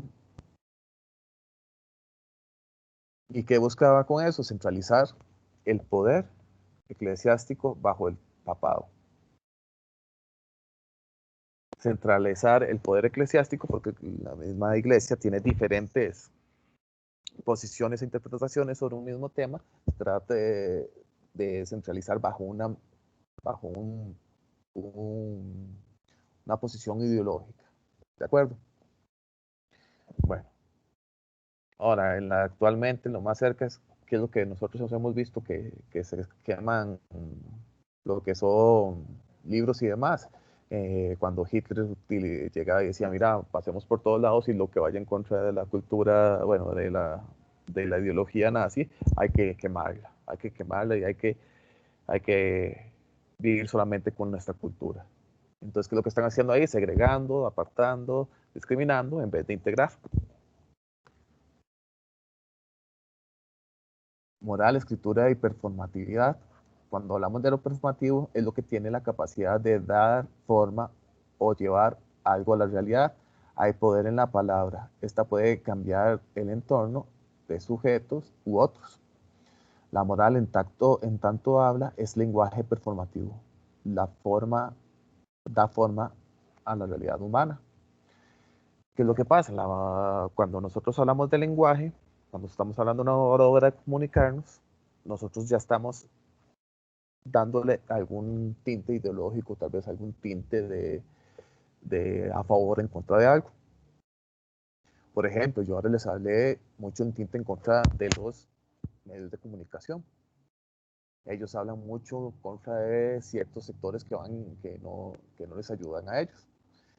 Ahora, vamos a ver cómo el tema de la palabra va cambiando nuestra forma de pensar. Y ahí se pone el ejemplo de la obra de Tolkien del Señor de los Anillos, que ya hemos visto que existen películas, como 6 películas del Señor de los Anillos. ¿Qué se empieza a dar?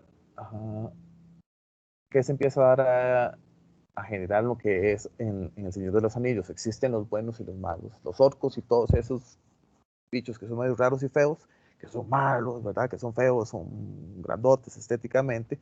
Están los humanos y los otros que tienen una figura menos violenta o, bueno, tal vez violenta, no, menos monstruosa puede ser, no sé si estoy diciendo bien o mal, menos monstruosa, y son los buenos. Y se termina estableciendo entre dos tipos, nada más. Sea un tipo de maniqueísmo moral. ¿Qué es maniqueísmo? Mani allá de Persia en 210 a 276 después de Cristo, conocido como Manés, fundó una religión basada en dos principios eternos e igualmente poderosos, la luz y la oscuridad. Pero no hay nada, está la luz y la oscuridad, pero no hay nada entre la luz y la oscuridad, solo existen estas dos. El maniqueísmo, creencia en que el bien y el mal son absolutos, sin intermedios, o sea, no hay grises, no hay colores, no hay matices. El efecto de esta creencia promueve lo que es la intolerancia y lo que es la represión, que va en contra de esa integración que busca la moral. Bajo este creado la realidad, bajo todo esto, ¿verdad? Bajo el bien y el mal, está creado la realidad y no hay matices o intermedios. Eso es como cuando dice, ¿usted va a favor de mi partido político o va en contra de mi partido político? Y si la persona llega y dice, no estoy a favor de su partido político, ok, está en contra. Y necesariamente porque alguien no vaya a favor de mi partido político, quiere decir que está en contra mía. No necesariamente, ¿verdad? Hay diferentes formas de ver el mundo. No hay una sola ideología, no es una sola forma de ver el mundo. En cambio aquí, en el maniqueísmo, solamente habría dos formas de ver el mundo, el bien y el mal. Se está delimitando todas las posibilidades a solo dos posibilidades. Entonces, se utiliza mucho un uso político del maniqueísmo, tratando de deshumanizar a lo que son los demás, al adversario, y reivindicarse a uno mismo, ¿verdad? Y a sus acciones. Lo vimos mucho en lo que fue las elecciones pasadas. En las elecciones pasadas estaba el Partido de Acción Ciudadana y estaba el partido, el de Fabricio Alvarado. Entonces, ¿qué es lo que pasa? Estos, le decía, si usted no quiere votar a favor de nosotros, quiere decir que usted es un rachamaquedo. Ahora, estos llegaban y decían, si usted no quiere votar con nosotros o que quiere estar con nosotros, usted es un pack lover. O usted es esto. Entonces, ¿qué es lo que quiere decir? No sé, lo están cancillando entre solo dos posiciones cuando hay muchas más posiciones. Hay otras posiciones y otros partidos políticos aquí en Costa Rica, ¿de acuerdo? No solo dos, que es el punto, que a veces se genera solamente dos posiciones para tratar de manipular la forma de pensar de nosotros, o sí, de nosotros, básicamente.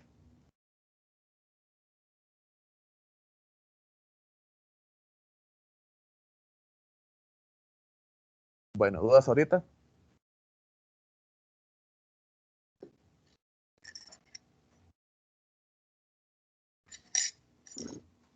Listo, sigamos. Bueno, con respecto a la literatura, ¿verdad? Estamos viendo muchos temas de literatura, fantasía y moralidad. Bruno Bettelheim, de Viena, 1913 a 1990, que lo vemos, sí, habló sobre psicoanalítica, principalmente, Habló sobre cómo los mitos, las leyendas, los cuentos y los relatos folclóricos reflejan costumbres, arquetipos y sueños, a veces inconscientes. Esas culturas, leyendas, cuentos y relatos determinan en nosotros una forma de comportamiento, nos hacen creer que algo es bueno o es malo. Pues, se puede ver en el Bettelheim de él, cuentos de hadas, que él habla sobre cuentos de hadas que simbolizan aspectos de la cotidianeidad, tales como la necesidad de ser amado, el temor al abandono y a la muerte, y aspiraciones e ideales, entre otros. ¿Qué quiere decir? Que cada cuento no es una historia que viene, que es muy inocente, como tal vez se veía en ciertos cuentos como se veían las fábulas de los Disney de los 90 o de los 2000, sí, entre los 90, 80 y 90, sino que más bien esos cuentos venían con algo más complejo, con un tema moral más complejo que se tenía que tener a discusión. Y además de una vez se educaba al niño, cuando se le contaba el cuento, a ver que algún comportamiento es bueno o es malo. Se le estaba educando de una vez. Eso lo podemos ver acá. Bruno Beltane, Psicoanálisis de los cuentos de hadas. Vamos a leer la página 172, el párrafo 2. Yo lo voy a leer para que no tengan que ir por el libro los que no tienen el libro a la par.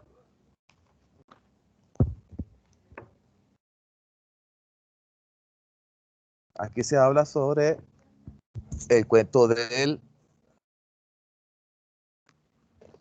Se habla sobre el cuento del el genio en la lámpara, ¿de acuerdo? Sarg, un genio maligno, fue encerrado en una botella y lanzado al mar. Durante 100 años gritó que haría rico a alguien que lo dejara salir. Nadie lo escuchó, nadie vino en su ayuda. Pasaron otros 700 años, tras los cuales el genio cambió por 3 deseos el premio de 3 de riquezas. Pero el tiempo seguía corriendo y nadie lo socorría. Una noche juró matar a quien lo salvara, no sin antes permitirle escoger la forma de morir. Entonces lo halló un pobre pescador, que lo sacó de su encierro. En pago, el genio se aprestó para matarlo, pero el pescador, mediante un ingenioso ardid, pudo volver a encerrarlo en la botella. Básicamente en eso se resume en eso, que es lo que trata de él mostrar que se da en ese cuento. Hay una simbología moral en el cuento del genio en la botella. El genio está encerrado, simboliza el castigo paterno. Un papá te está poniendo un castigo.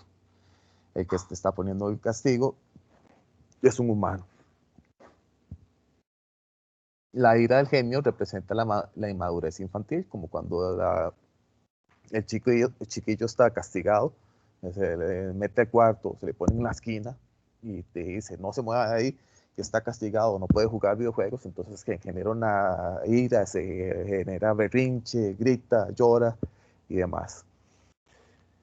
Y luego la sagacidad, bueno, luego el niño pasa por diferentes procesos, un proceso así de primero de ira y después de reflexión y demás, bueno, de cómo va reflexionando, primero cómo trata de ir convenciendo para que lo saquen, primero con cosas buenas y después con algo malo o demás, y después se ve la sagacidad del pescador, que sería la madurez y sabiduría del adulto, ¿verdad? Sería un poco adultocentrista, pero eso es lo que se piensa.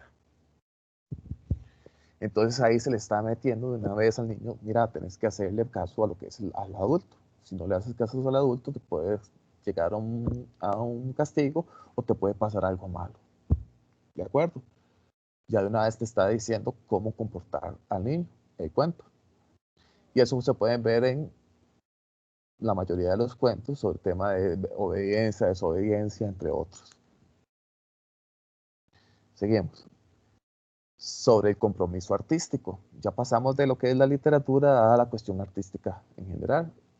El compromiso significa responsabilidad, deber u obligación. Ya habíamos hablado de eso la semana pasada. Vamos a leer esta parte. El trabajo artístico articula una doble dimensión moral. Por una parte, representa el compromiso temático frente a su tiempo. ¿Qué quiere decir eso? Es un compromiso temático. Él llega y tiene que demandar o decir lo que está bien. Si tiene que decir de que hubieron injusticias, aunque se pensara que fuera alguien bueno, hay que mostrarlo. O sea, si esa persona llega y ve a la persona más bondadosa del mundo, piensa usted en la persona más bondadosa del mundo, que en su momento está haciendo algo malo, como violando a una mujer o a un niño, esa persona lo retrata y tiene que generar ese compromiso frente a su tiempo. Mira, esta persona sería lo más buena, pero hizo esto y lo retrató de una forma, ya sea literaria, ya sea en música, ya sea en artes plásticas y demás. Ahora, por otra, evoca el hecho de que el arte ocupa un lugar en la división social de trabajo, ya lo habíamos hablado en el primer capítulo. Es decir, pertenece al régimen de mediaciones materiales e ideológicas y tiene implicaciones en la convivencia. ¿Qué quiere decir? De alguna u otra forma tiene que estar, tiene que vender. Y si, un ejemplo, él está mostrando algo de arte que no le gusta a la mayoría de personas, les va a caer mal a esas personas y no le van a comprar. Entonces hay una dimensión, hay una paradoja, hay una antinomia entre lo que tiene que hacer el artista. Tiene que sobrevivir o vender. Sobrevivir vendiendo y vender o mostrar una demanda social. Hay partidarios que van a favor de la libre expresión y otros partidarios que son más censores. ¿Qué quiere decir libre expresión? Expresar lo que sea está bien. Y otros que son censores que llegan y dicen, mira, no hay que mostrar todo. ¿Por qué? Porque pueden, los que no van en contra de censurar sigan haciendo como los partidarios estos que llegan de la parte de cenizas, que llegan y dicen, mira, no, estos libros no tenemos que dárselos a ellos porque pueden hacer que piensen más o reflexionen más sobre este tema y puede ir en contra de sí mismo o en contra de nosotros. Bueno, de esto se habla sobre el compromiso artístico. Ahora, la vida cotidiana y moral. No hay vida cotidiana habitual inmediato, hay cotidianidades, no hay solo una, hay cotidianidades, hay diversas experiencias humanas que corresponden a grupos diversos, distintos entre sí, pero que necesariamente coexisten y conviven. Ya eso hay que tenerlo claro. No hay solo una vida cotidiana, hay diferentes formas en las que se relacionan las personas.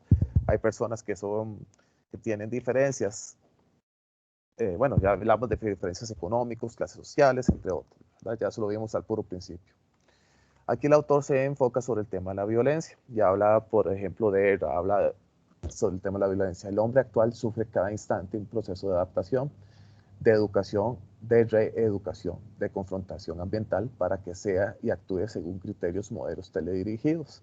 ¿Qué quiere decir aquí? Hay un proceso de aprendizaje. Cuando hablamos un tema de adaptación, de educación, de reeducación, ¿verdad? Primero adaptación, tenemos que adaptarnos al entorno. Si no nos adaptamos al entorno, de ahí nos pueden arrestar o nos pueden castigar.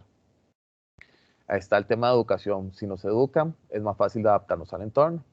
Pero ¿qué es lo que pasa? El ambiente cambia. O tal vez nosotros no entendimos bien el entorno. Entonces, ¿qué es lo que pasa? Nos tienen que reeducar. Nos tienen que decir que algo es bueno, algo es malo. Luego, también hay confrontación ambiental. ¿Qué es lo que pasa? Tal vez en eso que nos educaron, lo confrontamos con la realidad, con la cotidianidad, y vemos que no está bien o está mal. ¿Verdad? Vemos que hay un choque. ¿Verdad? Cuando dije, mira, la teoría y la práctica no se relacionan así, ahí podemos ver eso. Y para que y en ese proceso vivimos nosotros la cotidianidad. Nosotros estamos en este proceso, nos estamos adaptando, educando, reeducando y confrontando todo lo que nosotros teorizamos con el ambiente y vamos o aprendiendo o vamos siendo más testarudos. ¿De acuerdo? Y todo eso bajo cierta visión o visión ideológica, una posición ideológica. Ahora, él se habla también, el autor, sobre tipos de violencia. Yo saqué 4 tipos de violencia. Está la violencia organizada, que es una estructura según una finalidad precisa, es como cuando una persona, como una mafia o tal vez un ejército que está estructurado para generar una finalidad, ¿verdad? Genera una violencia, está organizados para lograr algo y violentar los derechos, violentar principalmente los derechos de otras personas. Está la violencia fluctuante, que esta es una respuesta del sujeto a ciertos estímulos. El autor hablaba de, por ejemplo, una fluctuante en la que se da normalmente como, digamos que un chofer de bus llega y trata mal a algún viejito o a alguna viejita que se sube muy lento al bus. y eso sea por un estímulo, tal vez no durmió bien o tal vez no ha comido, no ha dormido y demás, y nada más el estímulo y tiene que llegar temprano al check, y parece que no va a llegar porque solo se han montado viejitos, entonces por los diferentes estímulos se volvió loco y genera una violencia el viejito. Luego está la crueldad, que es cuando se ve el sufrimiento ajeno como felicidad propia, ¿verdad? Que ya ahí lo vemos como los psicópatas o los sociópatas. Y luego la violencia instrumentalizada, que no es lo mismo que la organizada, porque puede ser organizada y puede ser no organizada, que es utilizada para deshumanizar, ya sea un pueblo, una nación, a individuos, e imponer dominio. Entonces aquí se habla como cuando las feministas hablan del patriarcado, del machismo, o cuando hay ciertas posiciones que dicen, mira, ya hay ciertos feminismos muy extremos que te están tratando de ver al hombre siempre como malo, y ya está viéndolo como menos, como malo por naturaleza, o el hombre ve a la mujer malo por naturaleza, entre otros. O como cuando llegan y dicen, mira, los judíos, los nazis veían a los judíos malos de una sola vez, ya había una violencia instrumentalizada. Muy bien.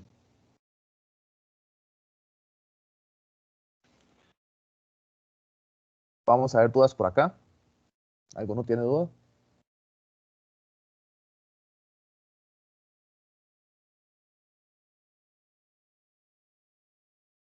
No. Bueno, sigamos.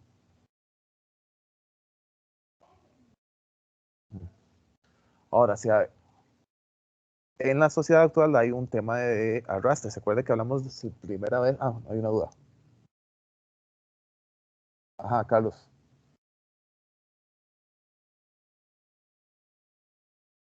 ¿Te escucho o te leo, Carlos?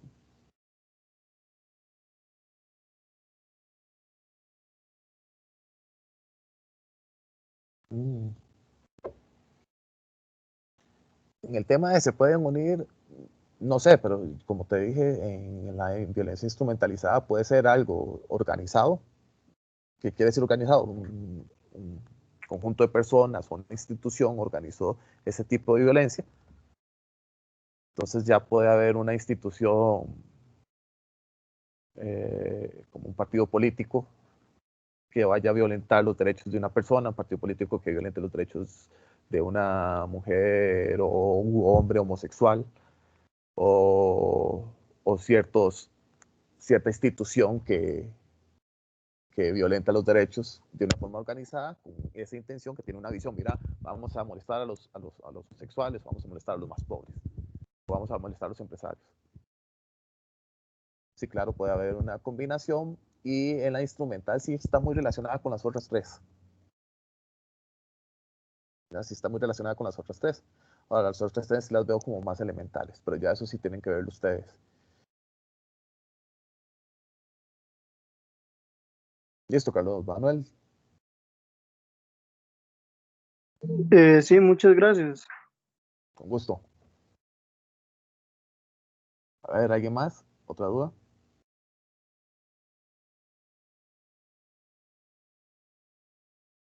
Listo. No tengan duda en preguntarme. Vean que esto es una tutoría. Ustedes tienen que preguntar. Bueno, ese es el ojalá, ¿verdad? El deseo, el deberían. Que muchas veces no se da. Pero bueno, entonces vamos a ver un efecto arrastre. La sociedad de consumo, ahí el autor habla de Don Juan. Ese Don Juan es esa cosa, ese hombre feo que de alguna u otra forma conquista a las mujeres, las hipnotiza, y las mujeres llegan y dicen, no sé qué pasó, cómo lo hizo, pero lo hizo. Hipnotiza y universaliza una vida cotidiana acorde a las necesidades. Ahora, aquí hablamos que lo que pasa en la actualidad, esas necesidades se están adaptando al mercado, no a las personas. Se está haciendo mercadocentrista en vez de humanista. Entonces, hay toda una estructura, superestructura y estructura eh, social, que lo que está haciendo es que nosotros creamos que lo bueno y lo malo, los valores y los antivalores, se determinan si van a favor o en contra del mercado. Si van en contra del mercado, o las personas que promueven lo que es el libre mercado, si van en contra, entonces son malos. Si está a favor, entonces son buenos. ¿De acuerdo? ¿Qué es lo que se da? Una promoción saturadora, bueno, ¿qué es lo que se está dando en la actualidad? Una promoción saturadora de necesidad de faltas. Estamos hablando de una sociedad de consumo, ¿verdad?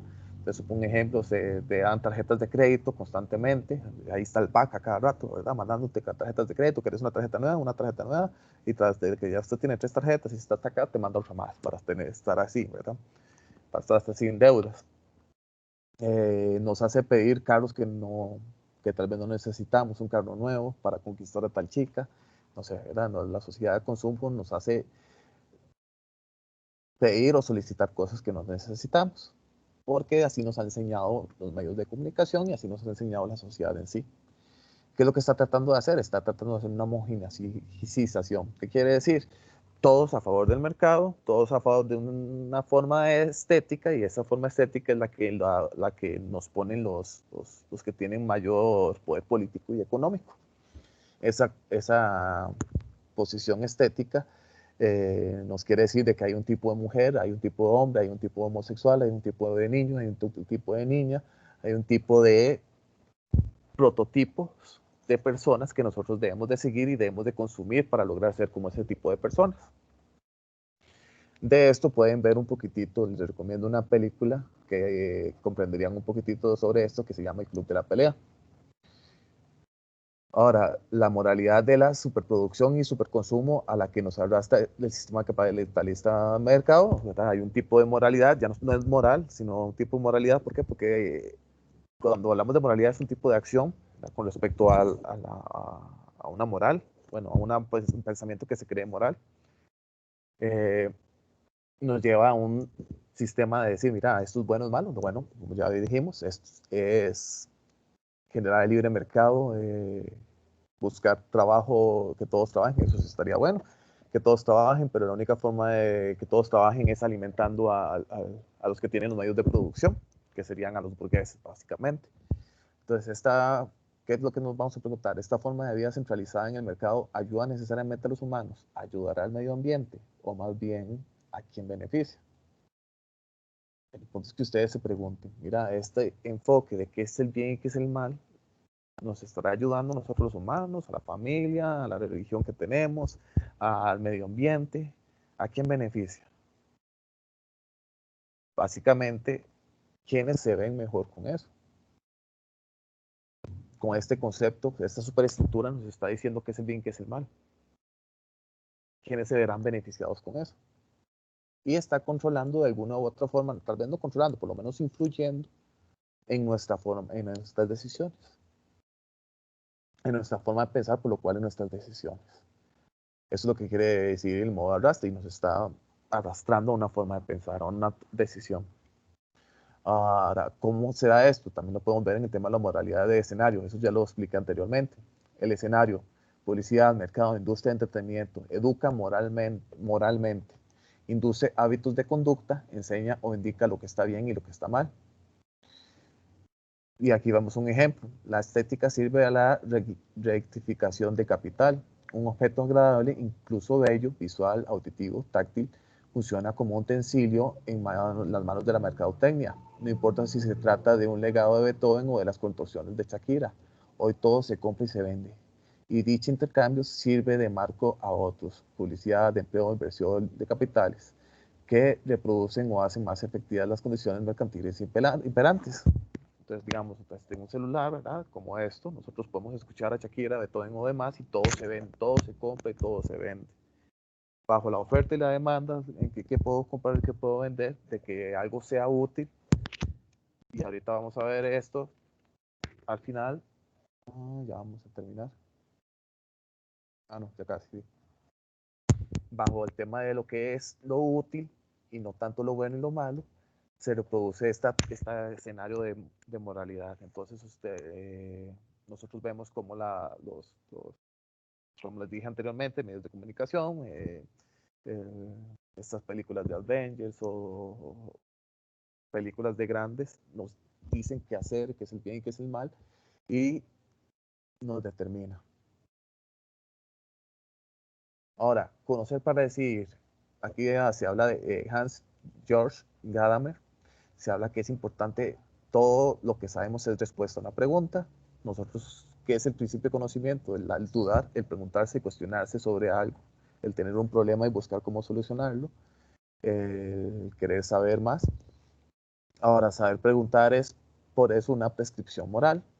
Hay que saber, el saber preguntar es una prescripción moral, porque si usted sabe preguntar bien, va a buscar una respuesta verdadera o falsa, bueno, o nos va a llevar a la ignorancia.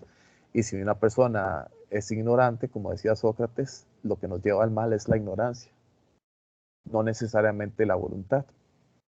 Entonces, tanto más urgente en nuestra época de efecto arrastre y la modalidad de escenario, bueno, el conocimiento es libertad, el conocimiento nos ayuda a ser más conscientes. ¿Se acuerdan que la semana pasada hablamos del tema de la libertad y conciencia y la voluntad? Para que una persona pueda tener libertad y pueda voluntariamente moverse, no que sea un, se me olvidó, bueno, como un muñeco, ¿verdad? Como un títere, que no sea un títere, necesita primero tener elección, libertad, espacio, elegir, que elegir, que en serio sea diferente, no algo homogéneo, sino que sea heterogéneo, ¿verdad? No algo homogéneo como lo vimos anteriormente, que trata de la sociedad de homogenizar los gustos, homogenizar las ideologías, homogenizar nuestra forma de pensar, sino algo heterogéneo, primero que haya diferencia, y además de eso, la capacidad de nosotros de adquirir conocimiento de algo verdadero, de discernir las amenazas actuales contra la libertad, de discernir lo que es bueno y lo que es malo, de discernir lo que es verdadero o falso. Si alguien controla nuestro conocimiento, nuestra forma de pensar, va a controlar básicamente nuestra forma de tal vez de decidir. Nos va a hacer creer en algo, y si nosotros creemos en algo, nosotros vamos a actuar bajo esa creencia. Y si actuamos bajo esa creencia, podemos actuar y hacer no bajo una moral, sino bajo una ideología. Y por lo cual podemos, por medio de ese actuar, apartar o integrar a personas con la moral. Con el conocimiento nos ayudaría básicamente con esto que nosotros, por algo se les da a ustedes este tema de generales, para que no seamos solamente una máquina de que ejecuta una profesión, sino que tengamos un conocimiento más general que nos ayude a adquirir ciertos conocimientos aparte de la técnica que o técnicas que vamos a aprender, y esos conocimientos me ayudan a adquirir otros conocimientos, los más conocimientos, y con eso no ser un ignorante y no pecar de ignorante, como se dice en el diario vivir. O sea, como se dice en los refranes del diario vivir. ¿Qué es lo que pasa? Hay que hacerle caso a lo que nos da conocimiento, pero no hay que hacerle caso a las pseudociencias. Lo que nos da conocimiento son las ciencias y tal vez algunas artes y algunas otras disciplinas. Pero hay otras que tratan de dar a entender de que están dando una verdad, pero en realidad no. Por ejemplo, la magia, la astrología, la quiromancia, la adivinación son solo formas de pseudoconocimiento basadas en criterios irracionales, a veces estereotipados o básicamente bajo ciertos prejuicios. Este tipo, en vez de ayudarnos a aprender, nos hace ser como torpes, como personas que no pueden adquirir conocimiento verdadero, básicamente. ¿Qué es lo que pasa? Eso nos da esperanza de redención a los otros. Bueno,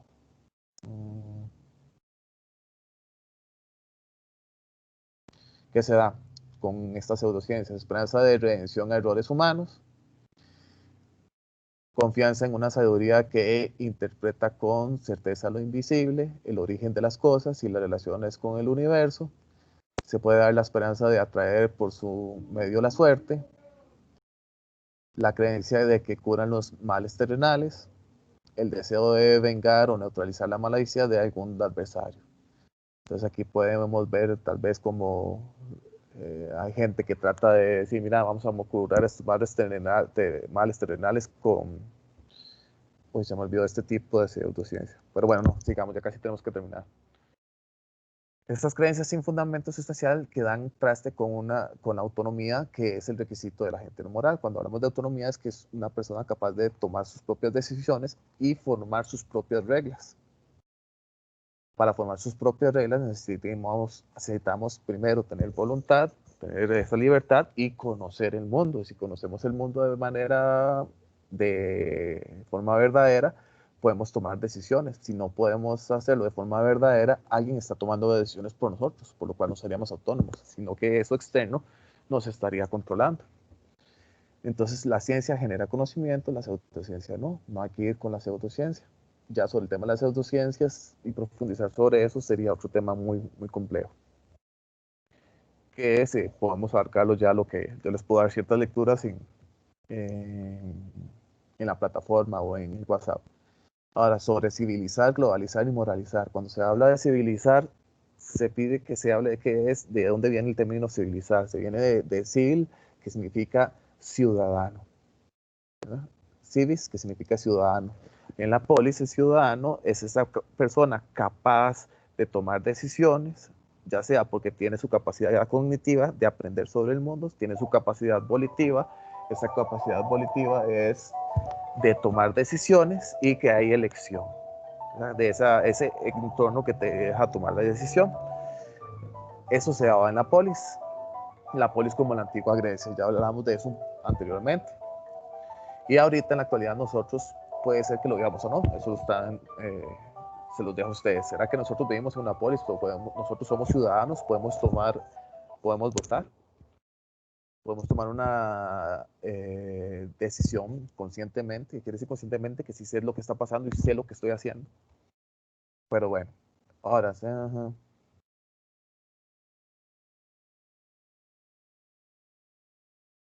Ahora, el centro cultural, dice el autor que el centro cultural institucionalizado, que es el logro tardío de la evolución humana. Vamos a ver primero, ya para finalizar, civilizar, globalizar, vamos a ver en qué tipo de sociedad estamos viviendo, bajo qué tipo de civilización estamos viviendo nosotros, que se da sus bases con Adam Smith. Adam Smith es utilitarista. Cuando hablamos de utilitarista es cuando se ve una ética, cuando habíamos visto el tipo de ética más heterónoma, en la cual hay que buscar lo útil, no siempre la intención o los medios para llegar a la intención, sino llegar a algo práctico, algo que nos deje lograr lo que es lograr satisfacer nuestras necesidades o satisfacer nuestros deseos. Se basa en un cierto hedonismo. Dice que el bien es lograr el bien para la mayoría o la gran cantidad de personas y que las personas gocen y que eviten sufrir lo más que se pueda. Eso no se oye mal. Ahora, ¿qué es lo que pasa? Él en la riqueza de las naciones, que es obra fundadora del liberalismo, nosotros escuchamos muchos partidos liberalistas actuales, como el de neoliberalista de Otón Guevara, ¿verdad? Que ahora se me olvidó cómo se llama ese partido, que son liberales, ¿verdad? Que van a favor de ciertas posiciones idealistas. Esa ideología tiene sus cosas a favor y sus cosas en contra, ¿de acuerdo? Pero aquí hay que encontrar, vamos a ver, hay que encontrar cuál es el supuesto que tiene este autor para ver que también esta ideología tiene sus puntos no reflexionados, por lo cual sus prejuicios, sus dogmas. En este caso podemos ver que establece el egoísmo como una tendencia natural y beneficiosa que hace prosperar la economía y la sociedad. Él cree, se acuerda que la semana pasada hablamos sobre si el ser humano es bueno o malo por naturaleza. Bueno, decía Jean-Jacques Rousseau, y malo lo decía Thomas Hobbes. Él cree y da por hecho de que el ser humano es egoísta y que es malo por naturaleza y que siempre busca beneficio propio, el interés propio, ganar yo más.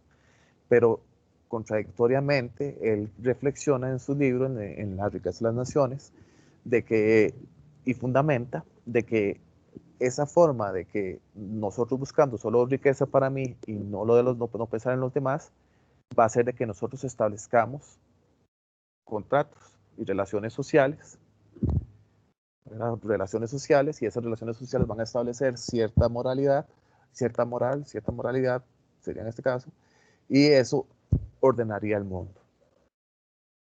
Y bajo esta posición capitalista liberal es la que nosotros estamos viviendo actualmente y la que se están tomando decisiones, por lo menos en los últimos 30 y algo años aquí en Costa Rica.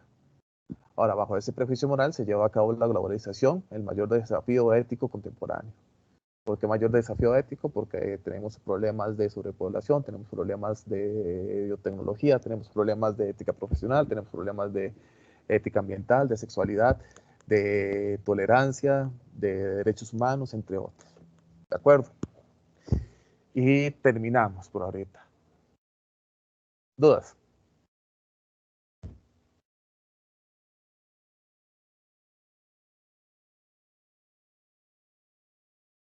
Si no tienen dudas, entonces cualquier cosa me preguntan por el entorno, por WhatsApp, y ha sido un gusto. Cualquier cosa yo me quedaré aquí hasta las 8 para aclarar dudas.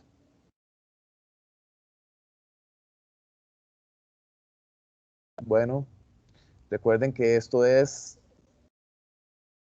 Bueno, no, sigan, sigan. Con gusto. Profe, ¿cuándo es el siguiente examen? No tengo idea, vamos a ver. Creo que es después del 28 o el 28. El siguiente examen es de segunda prueba escrita ordinaria del 25 al 30 de agosto. Muchas gracias, profesor. Buenas noches. Un gusto, buenas noches. Hola, profesor, una consulta. ¿No van a subir el examen unos días antes? Hasta el ¿Sí? 24 se habilitaría en la plataforma. El 25 es cuando yo entendí que se habilitaba, del 25 al 28, y usted puede entregarlo el 28. De acuerdo, gracias. Un gusto.